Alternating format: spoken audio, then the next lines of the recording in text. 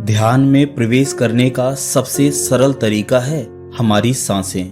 वे सांसें जिनसे हमारा यह समस्त स्थूल शरीर प्राणमय है, जीवित है, कार्य कर रहा है। बिना सांसों के हमारे इस स्थूल शरीर में तनिक मात्र भी हलचल नहीं होगी, और जैसी हमारी सांसें होती हैं वैसा ही हमारा यह स्थूल शरीर रिएक्ट करता है। बहुत से लोग सांसों के बारे में बहुत कुछ बताते हैं, परंतु सांसों की गति कैसी होनी चाहिए और प्रत्येक सांस का हमारे इस स्थूल शरीर पर क्या प्रभाव पड़ता है, इसके बारे में बहुत कम लोग ही बता पाते हैं। दोस्तों, कोई भी व्यक्ति, चाहे वह आम आदमी हो या कोई ऋषि मुनि, बिना सांसों के उसका जीवित रहना असंभव है, और उसके जीवन में हो रही प्रगति भी उसकी सांसों का ही परिणाम है। जब आप ध्यान करने बैठते हैं तो आपकी सांसें जब तक स्थिर नहीं होंगी तब तक आप ध्यान में प्रवेश नहीं कर पाएंगे। इसलिए अपनी सांसों को स्थिर करना बहुत आवश्यक है। कोई भी साधक ध्यान में प्रवेश तब तक नहीं कर पाएगा जब तक वह अपने जीवन की नींव को मजबूत न कर ले, और जीवन की नींव को मजबूत करने का केवल मात्र एक ही उपाय है, और वह उपाय है हमारी सांसें, जिन्हें आध्यात्म प्राण कहता है और यह विज्ञान सांस कहता है। दोस्तों, एक व्यक्ति के लिए ये सांसें इतनी इंपॉर्टेंट हैं कि इन सांसों से ही व्यक्ति को जीवन मिलता है, और इन सांसों की वजह से वह जीवन से दूर भी हो जाता है। विज्ञान कहता है कि एक व्यक्ति जब तक सांस ले रहा है वह तब तक जीवित है, उसके बाद वह व्यक्ति मर जाता है। परंतु अध्यात्म कहता है कि एक व्यक्ति के भीतर जब तक यह सांसें चल रही हैं तब तक वह स्थूल शरीर में जीवित है। उसके बाद जब व्यक्ति के भीतर से यह प्राण रूपी श्वासें खत्म हो जाती हैं तब व्यक्ति सूक्ष्म रूप में जीवित होता है। यानी व्यक्ति कभी मरता नहीं, केवल उसका वास्तविक रूप बदल जाता है, क्योंकि ऊर्जा को कभी नष्ट नहीं किया जा सकता। ऊर्जा केवल एक रूप से दूसरे रूप में परिवर्तित हो सकती है, और हमारी आत्मा यह ऊर्जा ही है। मैंने बहुत से लोगों की वीडियोस देखी हैं जिसमें वे कहते हैं कि यदि आप अपने सांसों के महत्व को समझ लो तो आप तुरंत समाधि का अनुभव कर सकते हो, परंतु बिना यम और नियम के व्यक्ति समाधि तक नहीं पहुंच सकता। एक व्यक्ति जो ध्यान कर रहा है उसके लिए यम और नियम का पालन करना बहुत आवश्यक है।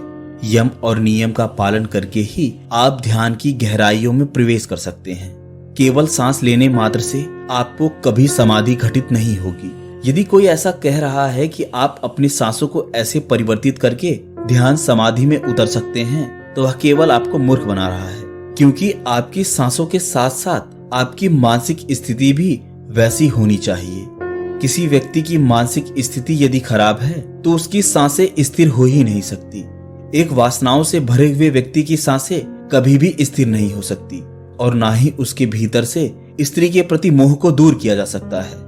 परंतु यदि व्यक्ति यम नियम का पालन करे तो उसकी वासनाओं में भी कमी आती है, और एक व्यक्ति की वासनाएं जब क्षीण होने लगती हैं तब उसके भीतर आध्यात्म का विकास होता है, और यही आध्यात्म का विकास उसकी मनः स्थिति को बदलता है।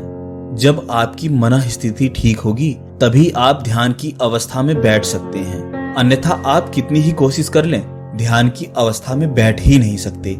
चाहे तो आप करके देख सकते हैं, और फिर जैसी स्थिति हो आप नीचे कमेंट सेक्शन में लिख सकते हैं। दोस्तों, यह बात बिल्कुल सत्य है कि जैसी हमारी सांसें होंगी वैसे ही हमारा यह स्थूल शरीर रिएक्ट करता है, क्योंकि इस स्थूल शरीर का आधार ही हमारी सांसें हैं, जिसे हम प्राण कहते हैं।